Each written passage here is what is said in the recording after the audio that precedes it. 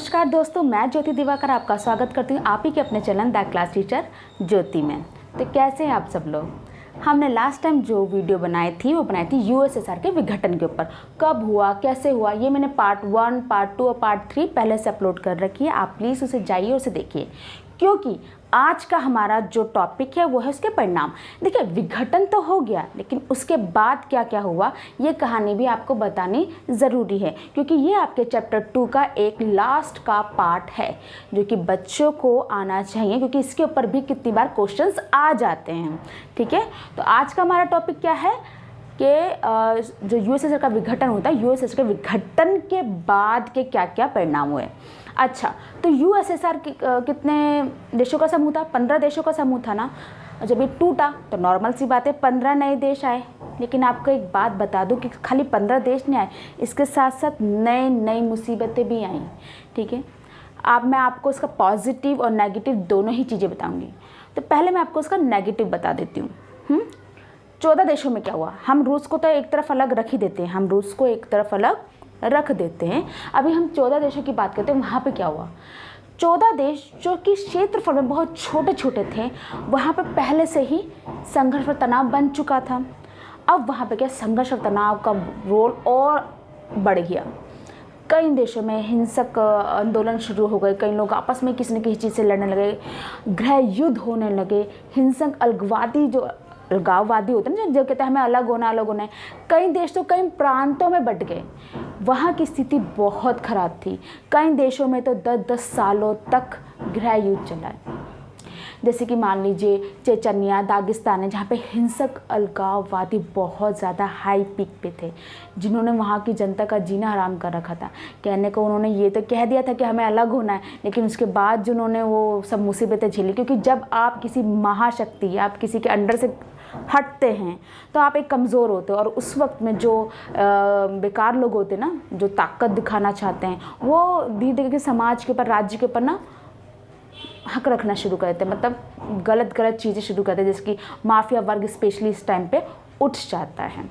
तो कई और भी देश थे जो कई भागों में बढ़ गए, जैसे चेकोस्लोवाकिया 2 भागों में बढ़ गया। ऐसे ही कई मुसीबतें बाकी 14 देशों में आ रही थी। बाल्कन गणराज्य में यूगोस्लोवाकिया में बहुत टाइम तक गृह युद्ध चला। वो गृह युद्ध इतना भयानक था कि यूगोस्लोवाकिया बहुत सारे ही प्रांतों में बंट गया। ऐसे ही ताजिकिस्तान में भी 10 वर्षों तक गृह युद्ध चला।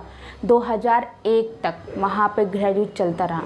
यानी कि जो बाकी 14 देश थे, वहाँ पे गृह युद्ध, बाहरी ताकतों का आक्रमण या हस्तक्षेप, या किसी एक चीज़ को लेकर लड़ाई रहना, पानी है या फिर पेट्रोल है, या आपस में जात धर्म को लेके, वहाँ पे लगभग यही सब चल रहा था। क्योंकि आप एक बड़े चीज़ से अलग हुए तो बाकी जो चीज़ें हैं वो आप पर आजमाती है, आप पर हक रखने की कोशिश करती है। तो ऐसे में क्या हुआ, 14 देश जो थे 10 से 11 वर्षों तक बस इसी प्रकार के संघर्ष तनाव झेल रहा था।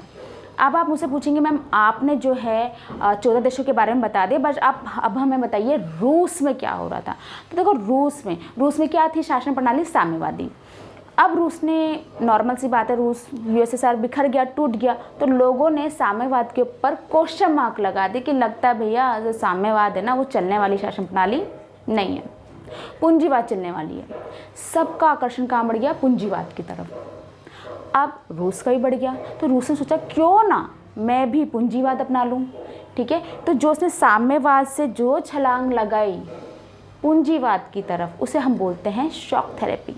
अचानक से झटका देना, शॉक थेरेपी किसे कहते हैं कि शॉक देखिए, किसी का उपचार करना, जैसे कोई पागल वगैरह होता है, आपने कभी देखा हो किसी मूवीज़ वगैरह में, तो यहाँ पे झटके दिए जाते ना, तो झटका एक तो से शॉक है, लेकिन मैं दर्द दे रहा है, लेकिन वो आपका उपचार कर रहा है। कई बार आपने देखा है कि करंट सा देते हैं यहाँ पर, ताकि वो जो ब्लड रेट, जो हमारी वो पल्सेस है, वो वापस उठ जाए, ऐसे करते हैं ना। मतलब एक वो भी उपचार होता है जिसमें हम आपको शॉक दे रहे होते हैं, लेकिन आपका उपचार, तो इसलिए इसको शॉक थेरेपी कहते हैं। वहाँ पे लेके, हाँ, वो उन्होंने ये नहीं करा कि 2 तारे लेके जाके सबको कर शॉक लगा रहे हैं। कई बच्चे इसको कभी भी समझ ही नहीं पाते। शॉक मतलब होता है एकदम से डरा देना, या आपको एकदम से कोई सी चीज़ के लिए झटका दे देना, लेकिन उससे उपचार, जैसे कि हिचकी के लिए भी कहते हैं, यदि आपको अचानक से डरा दो तो आपकी हिचकी चली जाती है, तो ये भी एक शॉक थेरेपी है। तो वहाँ पे शॉक थेरेपी का क्या मतलब था कि उन्हें अचानक से झटका दिया, किसे, रूस की जनता को अचानक से झटका दिया कि आप हमारे पास साम्यवादी, अब अचानक से क्या बन जाएगी, पूंजीवादी शासन प्रणाली। तो उसने शॉक थेरेपी अपनाई जो कि बहुत बुरी तरह से विफल रही, वो ज़्यादा चली नहीं और बहुत सारे परिणाम और भी है, वो गिर गया, किसके, कर्जों के बीच में गिर गया। शॉक थेरेपी, शॉक थेरेपी का अर्थ क्या होता है, आघात देके उपचार करना, ये मैं आपको पहले ही बता चुकी हूँ। लेकिन रूस में शॉक थेरेपी का अर्थ क्या है कि उसने साम्यवादी शासन प्रणाली से पूंजीवादी शासन प्रणाली की तरफ छलांग लगाई। इसको हम क्या बोलते हैं, शॉक थेरेपी। किसकी, रूस की, जो कि शीत युद्ध के अंत के बाद आप बोल सकते हो, या बोल सकते हो यूएसएसआर के विघटन के बाद जो थेरेपी अपनाई, किसने, रूस ने। ठीक है, इतना समझ में आया। अच्छा, जिस तरह से हम अपने आप को चेंज करने के लिए या लोन लेने के लिए कहाँ जाते हैं, बैंक में ना, ऐसे ही रूस जो है वो कहाँ गया, ऐसे ही हाई लेवल के अंतर्राष्ट्रीय या फिर बोल सकते हैं आप कंट्रीज़ कहाँ से लेती है, आईएमएफ से और विश्व बैंक से, यानी कि इंटरनेशनल मनी फंड और विश्व बैंक से लेती है लोन। तो रूस ने भी ये करा, उनसे लोन लिया और साम्यवाद से एकदम से चेंज होने की ठान ली पूंजीवाद की तरफ। इतना समझ में आया, ऑलराइट। तो शॉक थेरेपी का अर्थ क्या होता है, देखो पहले क्या था, साम्यवाद में क्या होता है, सब चीज़ें जो होती है ना वो राज्य के अंडर में होती है। ठीक है, हर चीज़ को देख के अच्छे से हिसाब से वो लोग बंटवारा करते हैं कि किसको जितना ज़रूरत है उसके हिसाब से दी जाती है। ऐसा नहीं हो किसी के पास ज़्यादा है, हिसाब से वो बंटवारा करते थे साम्यवाद में। बट पूंजीवाद में क्या होता है, अरे पूंजीवाद में क्या होता है, सारी जो होती है ना, मतलब जितनी भी अर्थव्यवस्था होती है वो किसके ऊपर टिकी होती है, बिजनेसमैन के ऊपर। सब कुछ निजी होता है, यानी सब कुछ प्राइवेट होता है। ठीक है, अगर जिसके पास पैसा है उसने पैसा लगाया और उसका बिजनेस ग्रो कर गया, लेकिन जिसके पास पैसा नहीं है वो नीचे रह जाता है। तो वहाँ पे अक्सर क्या होता है ना, अमीर अमीर होता चला जाता है और गरीब गरीब, तो वहाँ पे थोड़ा सा ऐसे रहते हैं। लेकिन भाई पैसा, यानी कंट्रीज़ को जो मिलता है ना पैसा अपनी जीडीपी बढ़ाने के लिए, वो इसी के द्वारा मिलता है। क्योंकि लोग जितनी अपनी दुकान में मेहनत करते हैं ना, किसी और की दुकान में मेहनत नहीं करेंगे। अगर आप अपनी दुकान खोल के बैठते तो आप सुबह 7 बजे भी जाएंगे, उससे जल्दी जाएंगे कि भाई मुझे कमाना है। लेकिन अगर वही जॉब मैं आपको किसी और की दुकान पर दूंगी ना कि भाई आपको जाना है, तो आप आराम से जाएंगे, कस्टमर लेता नहीं है कोई, फिर करने भाई मेरे को तो मेरी सैलरी मिल जाएगी। समझ में आ रहा है ना। लेकिन जब आपका खुद का काम होता है ना, आप उसमें पुश करते हो, उसको आगे बढ़ाने के लिए लगे रहते हैं। इसलिए पूंजीवाद को अच्छा माना जाता है आर्थिक रूप से। तो क्या हुआ, जब रूस ने शॉक थेरेपी अपनाई तो जो मिल्कियत मतलब जितने भी संसाधन थे जिन पर राज्य का हक था, अब क्या हो गया, वो निजीकरण हो गया। निजी फॉर्म, जो राज्य के फॉर्म थे, सामूहिक फॉर्म थे, मिल के काम जहाँ पर होता था वो निजी फॉर्म में बदल गए। ठीक है, राज्य की जितनी भी संपदा थी सब निजीकरण हो गया और मुद्राओं का आपसी परिवर्तन हो गया। ठीक है, पश्चिमी देशों के प्रति ना आकर्षण बढ़ गया आर्थिक रूप से, स्पेशली कि क्या हो रहा है, कैसे हो रहा है, उसके मॉडल को अपनाने के लिए। ठीक है, और बहुत सारी, एक सबसे बड़ी बात ये थी कि गराज सेल उत्पन्न हुई थी। उस वक्त ना गराज सेल बोला जाता है। अब गराज सेल ये नहीं था कि किसी ने अपनी गराज खोल के बैठ गया हो। कई बच्चे अभी भी कंफ्यूज रहते हैं, तो सुनिए, गराज सेल का मतलब ये होता है कि किसी भी चीज़ को औने पौने दामों में बेच देना। औने पौने मतलब जिसका उसकी वैल्यू भी से भी नीचे गिर के देना। ठीक है, उसे बोलते हैं औने पौने दामों में बेच देना। तो जब रूस जो है ना साम्यवाद से पूंजीवाद की तरफ जा रहा था, तो उसके पास जितनी भी वो थी ना फैक्ट्रीज, उद्योग थे, वो ना उसे पूंजीपति, उसको यानी कि बिजनेसमैन वाले को ऐसे दे देती, जल्दी भाई तू बस खरीद ले। मान लो 100 की चीज़ें ना, तो उसे बोल रहा, वो बोल रहा सर मैं 25 रुपये में लूँगा, ये चीज़ ना मैं 25 में लूँगा। ठीक है भाई, बस तू ले ले, लेकिन इस पर अपना काम कर और बस जल्दी से बढ़ जाओ, जल्दी आगे बढ़ जाओ और हमें पैसा दो ताकि हम भी आगे बढ़ सकें। तो उसे बोलते हैं औने पौने दामों में बेच दिया। इसलिए जब दुनिया देख रही थी भाई इसका तो रेट बहुत हाई है, इतने छोटे छोटे रेट में, मतलब कम रेट में बेच रहा है यार, ऐसा लग रहा है जैसे कि रूस ने क्या खोल रखा है, गराज सेल खोल रखी है। बताओ, गराज सेल से बना रखी है अपने देश की सारी संपदा को, तो इसे एक उपाधि दी गई थी। ऐसा नहीं था गराज खोल के बैठ गया है, समझ में आया। तो गराज सेल कब हुई थी? शॉक थेरेपी के दौरान। किसने करी थी? रूस ने करी थी। क्यों करती भैया? क्योंकि वो साम्यवाद से पूंजीवाद की तरफ करता है, इसलिए उसने जितनी भी मिल्कियत थी यानी जितने भी संसाधन थे अपने सब निजी करने के लिए, सब उद्योगपति को देने के लिए उसने कम दामों में उसे बेच दिया, इसलिए उसको गराज सेल कहते हैं। ठीक है, ये तो हो गया कि शॉक थेरेपी में क्या क्या हुआ और मतलब पूंजीवाद क्या होती है, साम्यवाद उसने जब बदला तो क्या क्या हुआ। ठीक है, अब इसके आते परिणाम। तो देखो इसके परिणाम कुछ ज़्यादा अच्छे नहीं हुआ। इतना मैं आपको आपके घर में भी अगर रूल्स चेंज हो ना तब भी पूरी ज़िंदगी हड़बड़ा सी जाती है। भाई यार मम्मी आपने सुबह 6 बजे उठने का रूल्स क्यों बना दिया है, होता है ना, प्रॉब्लम आती है सबको। तो ये तो पूरा देश था और कितने टाइम से यहाँ पे साम्यवाद चल रहा है और आपने एकदम झटके से इसको क्या बदल दिया? पूंजीवाद में। नॉट पॉसिबल ना, ये एकदम से नहीं हो पाया। जो उसकी जनता है या वहाँ की जो वो इस बदलाव को एकदम से नहीं झेल पाई तो सब गड़बड़ा गया। ठीक है, सबसे बड़ी बात है उसने खाली उद्योग पे ध्यान दिया, कृषि पर उद्योग दे नहीं पाया, क्योंकि देखो कच्चा माल होगा तब भी उद्योग चल पाएंगे। अब कच्चा माल था नहीं क्योंकि उस पर फोकस नहीं हो रहा है। देखो दोनों बैलेंस बनते तभी अर्थव्यवस्था आगे चलती है, बट यहाँ पे ये सब गड़बड़ हो रहा था और धीरे धीरे के रूस की जो मुद्रा थी उसका बहुत ज़्यादा नीचे गिर गया, वो कर्जे में आ गया। जब भी आपकी अर्थव्यवस्था नीचे गिरती है ना तो सबसे पहले माफिया वर्क शुरू होता है कि ना और क्या हो रहा है, चल ये ड्रग्स वगैरह का हो जाता है या फिर चोरी बहुत ज़्यादा फैलने लगे थे किसी भी देश में।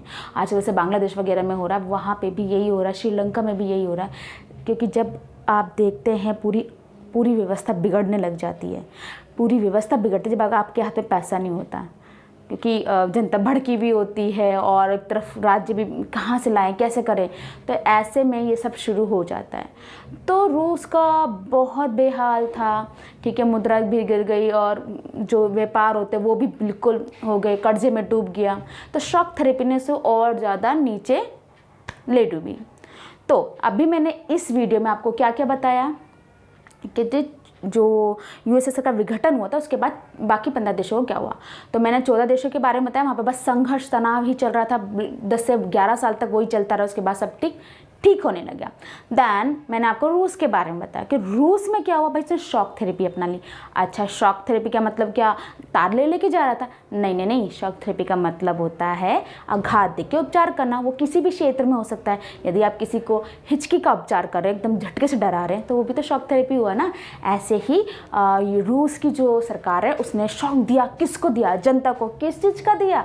अरे भाई वहाँ पर साम्यवाद चलती थी ना, उसने बोला नहीं अब हम साम्यवाद नहीं रखेंगे, हम पूंजीवाद रखेंगे। तो एकदम झटके से चेंज करना, इसलिए हम उसको शॉक थेरेपी कहते हैं। अच्छा भाई सफल हुई ना यार? बिल्कुल जीरो हो गई। अच्छा उसने करा क्या था? साम्यवाद में सब मिलजुल के होता है, पूंजीवाद में निजी होता है। तो ये अंतर था दोनों में, जो कि जनता या फिर वहाँ का एनवायरनमेंट या वो व्यवस्था हजम नहीं कर पाई और सब कुछ गड़बड़ हो गया और शॉक थेरेपी बिल्कुल विफल हो गई। तो आज के वीडियो में यही था और ये मैंने चैप्टर 2 फिनिश कर दिया। थोड़ा लॉन्ग है लेकिन मैं चाहती थी आपको उसकी गहराई पता चले। ठीक है, अभी तक तो हाल फिलहाल इतना ही है। अगर आपके पास एक और टॉपिक जिसमें आता है कि पूर्वी देश यानी कि रूस और उसके आसपास के देशों के साथ भारत के संबंध कैसे थे, तो बहुत बढ़िया संबंध थे।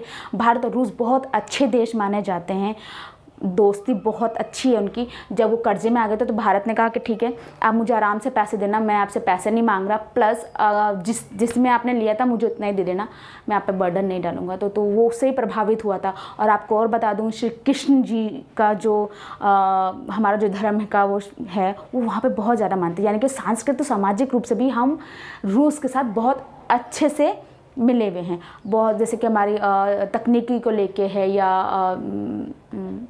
अंतरिक्ष से जुड़े जितने भी हमारे मामले हैं, हमारे जो परमाणु बम वगैरह है, हम अक्सर उनके साथ में ही मिलके ही काम करते। तो रूस और हमारी बहुत अच्छी दोस्ती है। हाल फिलहाल आपको यूक्रेन के ऊपर भी थोड़ा ध्यान देना चाहिए, जो अभी हाल फिलहाल के टच में है, ये आपके उसमें नहीं आएगा, बट आपको यूक्रेन का जो युद्ध चल रहा है रूस और उसका, आपको उसका भी अप टू डेट रहना चाहिए, ताकि जब आप एग्ज़ाम दें तो आप उसको लिख सकें। ठीक है, कि क्या है आज उसकी रूस की। तो आप अब क्या करेंगे, रूस की पोजीशन आज कैसी है वो आप मुझे बताएंगे कमेंट्स बॉक्स में। ठीक है, ताकि पता चले हमें भी कि आप भी अपडेट हैं। ठीक है, बच्चों को सिर्फ बुक्स से नहीं, उसके अलावा भी बहुत सारी चीज़ें पता होनी चाहिए जो आपको करनी है। सो हाल फिलहाल इस वीडियो में इतना ही। अगर आपको वीडियो अच्छी लगी तो प्लीज़ लाइक कीजिए, सब्सक्राइब कीजिए, वीडियो को शेयर कीजिए और प्लीज़ कमेंट ज़रूर करिए। आज के लिए इतना ही।